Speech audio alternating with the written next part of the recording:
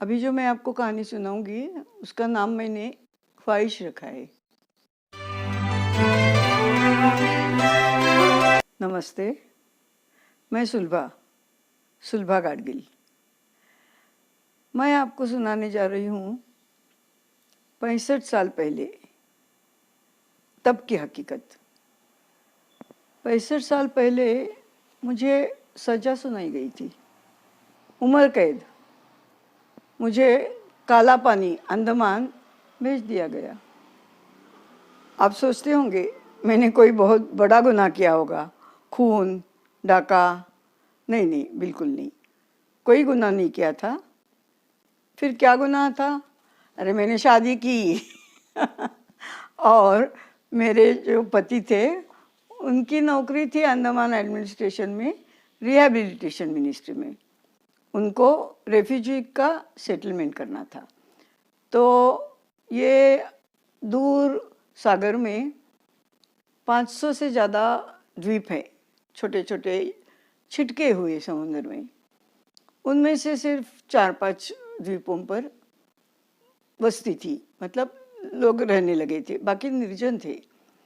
उन द्वीपों का विकास करना था, वहाँ रेफ्यूजी सेटलमेंट करनी थी, ये इनका काम था। तो इसलिए अब अंडमान तो कोई गया नहीं था, किसी ने देखा नहीं था। अब मेरी उम्र थी 18 साल लगभग। तो वहाँ सुन रखा था कि सांप बहुत है, अजगर है, सांप है। तो डर गई थी मैं। फिर मेरी नानी भी बोली, वैसे इन्होंने ऐसे कहा कि सांप ऐसे नहीं होते हैं, बिल्कुल निरुपद्रवी होते हैं। उनको सारे सांप विषारी नहीं होते, जहरीले बहुत कम होते हैं, और बाकी सांप उनसे बिल्कुल नहीं डरना चाहिए।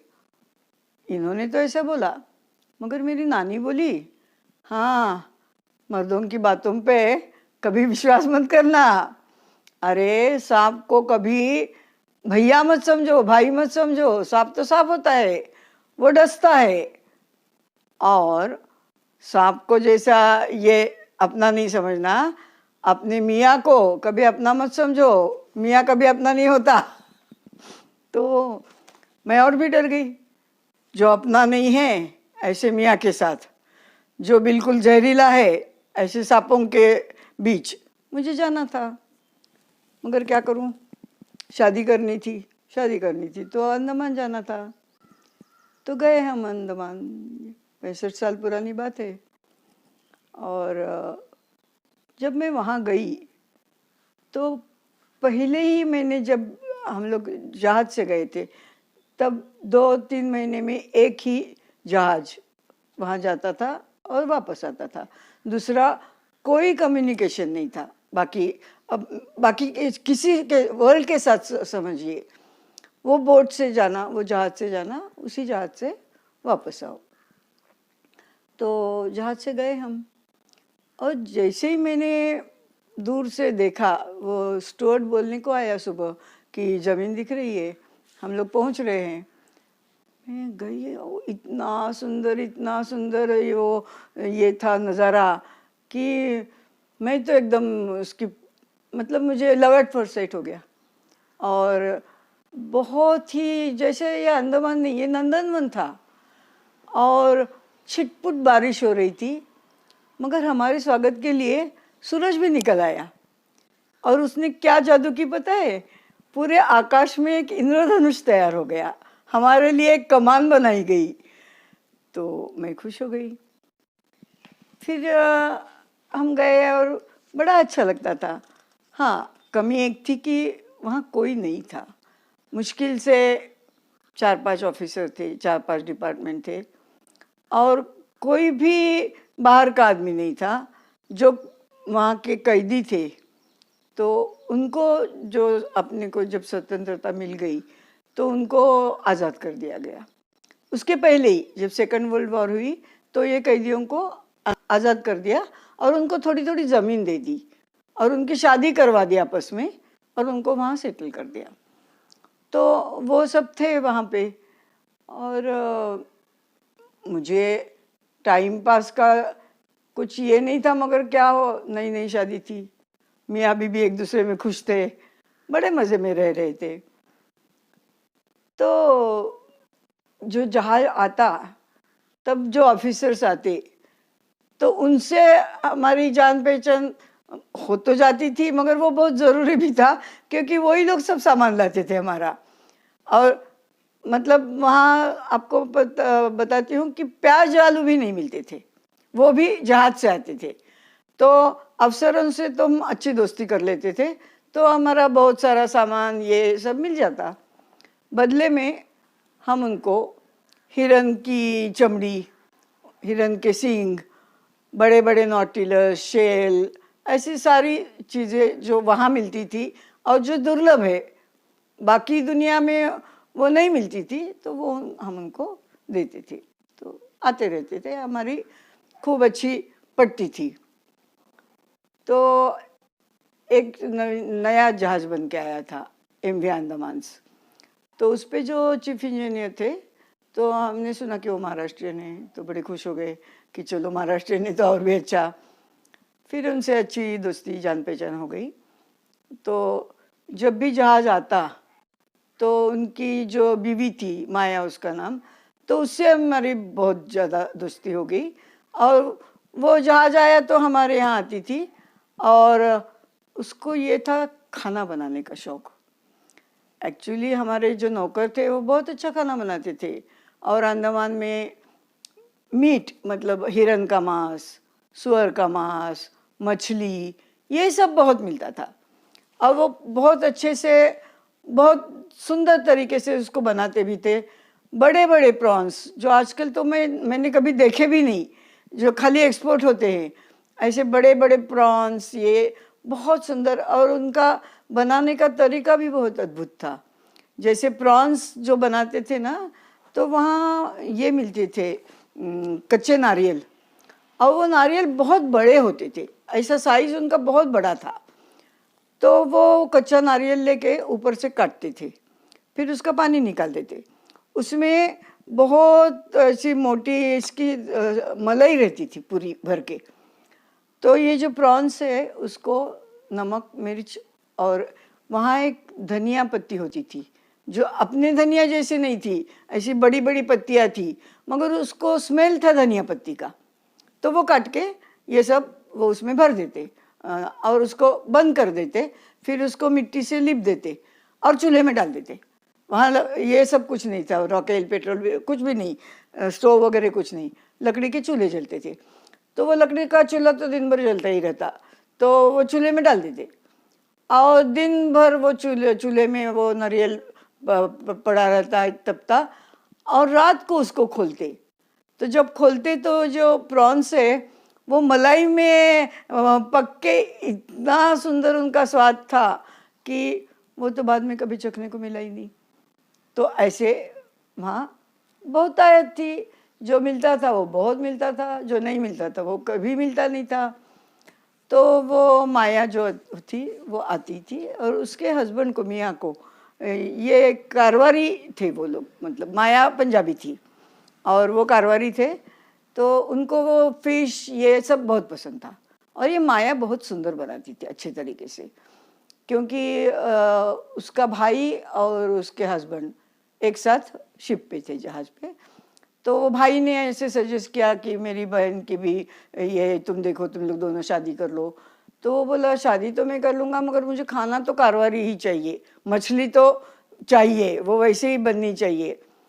तो माया बोली हाँ मैं बना लूँगी, मैं सीख लूँगी, और वो बनाने लगी। तो वो बनाती थी, हमारे घर में आके नौकरों को पकड़ती, क्या क्या मसाले पीस के कूट के वो बहुत अच्छे से मछली तैयार करती। वो जब मछली हम खाते ना, तो हमको ऐसे लगता कि अपने पुराणों में बोला है कि भगवंत ने मत्स्यावतार लिया था। तो हमको लगता हाँ ये सही बात है, ये बिल्कुल भगवान का अवतार है, इसीलिए इतना टेस्टी है। तो ऐसे हमारे दिन मज़े में गुजर रहे थे। और जब हमें ये बोर लगता तो हम लोग जहाज़ पे जाते, वहाँ का खाना हमको अच्छा लगता था, और खाते थे हम लोग, ड्रिंक्स वगैरह भी चलता था और मज़ा आता था। तो गए थे जहाज़ पे शाम को, और डेक पे बैठ के ऐसे चल रहे थे, स्नैक्स वगैरह, ड्रिंक्स वगैरह। तो अचानक मुझे कुछ अजीब सा फील हुआ। तो अब मुझे मालूम हो गया क्या फील हो गया है। वो जो चीफ इंजीनियर थे वो लगातार मुझे देखते रहते, टकटकी लगा के बिल्कुल। और अजीब सा लगता। और थोड़े दिनों बाद ये सबको मतलब महसूस हुआ कि वो इस तरह ताकते रहते हैं। मेरे हस्बैंड तो बहुत चिढ़ गए। अब चिढ़ तो गए मगर करे क्या, ये हमारी समझ में नहीं आ रहा था। मुझे वो बोलते थे तुम क्यों ऐसे ये सब करती हो, तो मैं क्या करूं, मैंने तो कुछ भी नहीं किया। अब ऐसे उनको जाके कुछ ऐसे बोल भी नहीं सकते, वो तो कुछ बिहेवियर कुछ खराब भी नहीं था। हाँ, खाली देखते रहते थे। फिर बहुत हमारी ये सिचुएशन थोड़ी अजीब ही हो गई। तो एक दिन बोट आई, मतलब जहाज आया था, और बच्ची हमारी छोटी थी, एकदम छोटी सी थी। तो उसको मैं नहला रही थी। खूब गर्मी हो गई थी, खूब गर्मी हो गई थी। और 4 बजे ही शाम को वहाँ अंधेरा हो जाता है, क्योंकि वो पूरब की तरफ है वो द्वीप।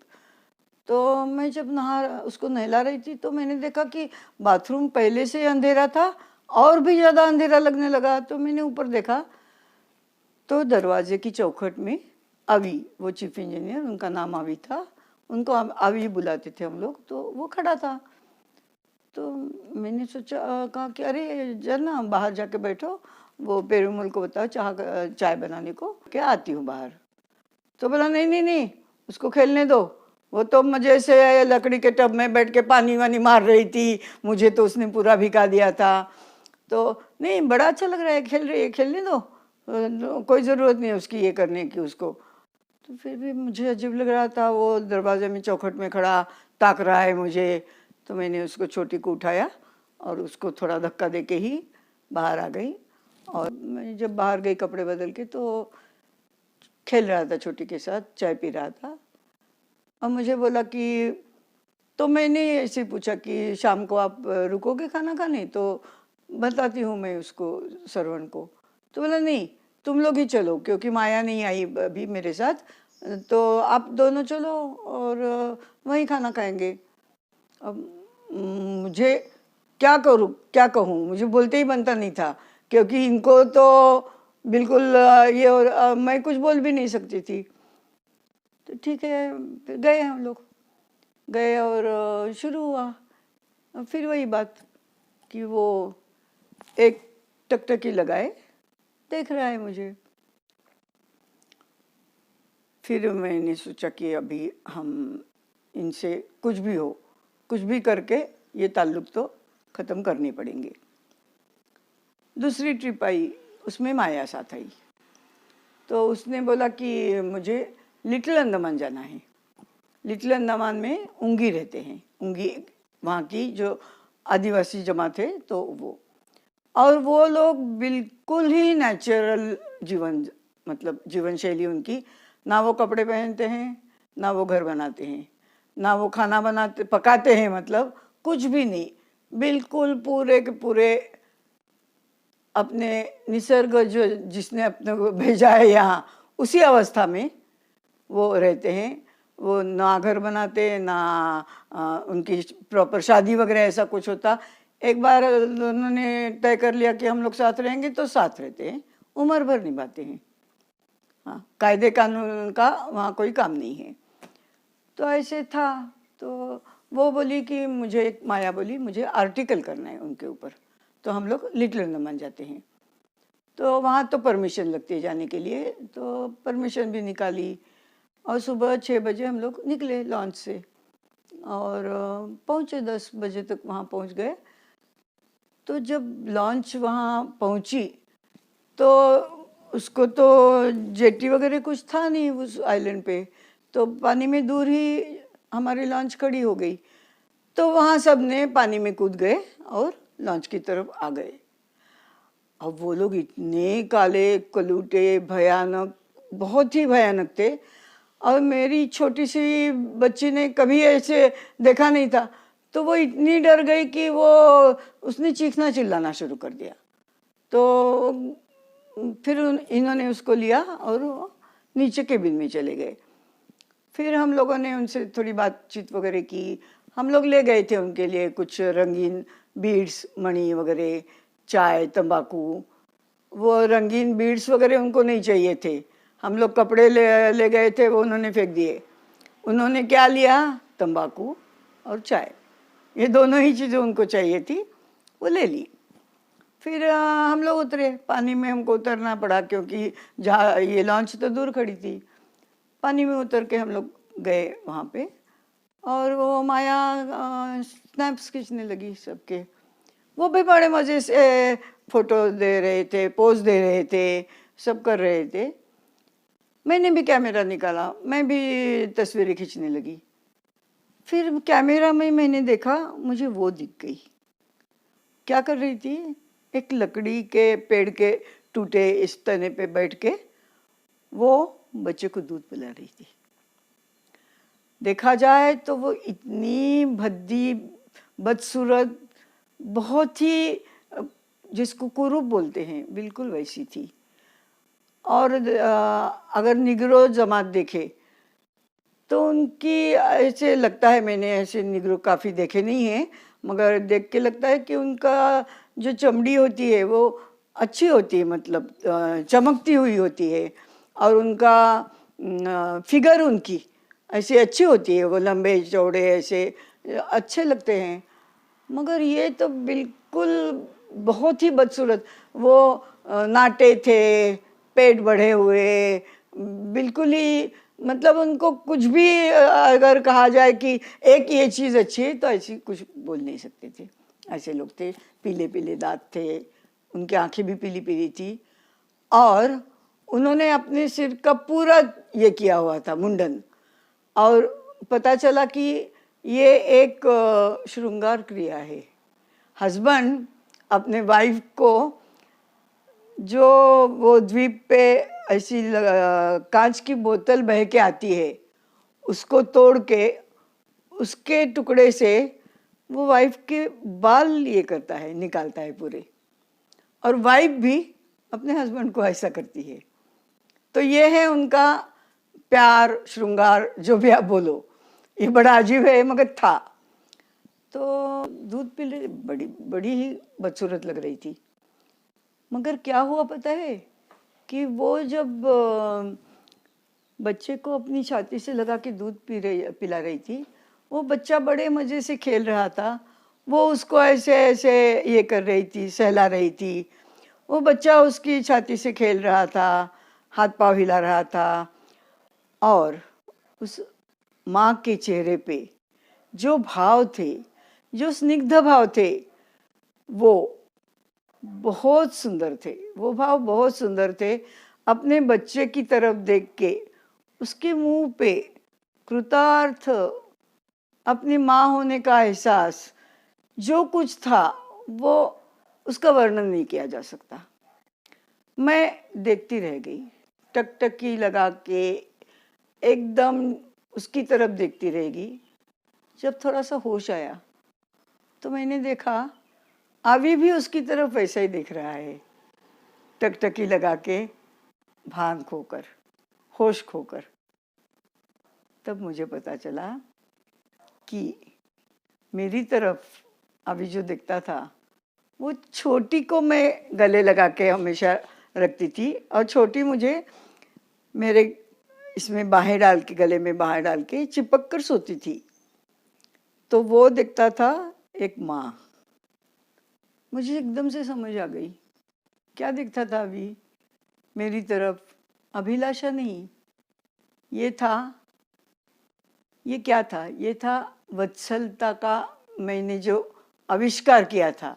छोटी जो मुझे गले लगाकर ऐसे मेरे चिपक कर जे थी, तब शायद मेरे मुंह पे जो, मुख पे भाव आता था, वो माँ की ममता का, वत्सलता का जो भाव था, वो अभी दिखता रहता था, क्योंकि उनको बच्चा नहीं था। और ये ख्वाहिश थी उनकी, जी तड़पता था बच्चे के लिए उनका। तो ये ख्वाहिश, और ख्वाहिश, हजारों ख्वाहिशें ऐसी कि हर ख्वाहिश पे दम निकले। तो ख्वाहिशें तो सच में अनगिनत होती है, आकांक्षाएं अनगिनत होती है, मगर एक ख्वाहिश जबरदस्त होती है। क्या होती है? वो होती है अपनी छाप जिंदगी पर छोड़ने की। जिंदगी से चले जाएंगे, मगर मेरे पीछे कोई होगा जो मेरी याद दिलाएगा, जो मेरा प्रतिरूप होगा, और उसके द्वारा मैं जी उठूंगा, और ये मेरा अस्तित्व कायम रहेगा, ये मिट नहीं सकता। ये ख्वाहिश होती इंसान की सबसे। और इसीलिए अपनी संतान होना, अपना वंश चालू रखना, ये इंसान की सबसे बड़ी ख्वाहिश होती है।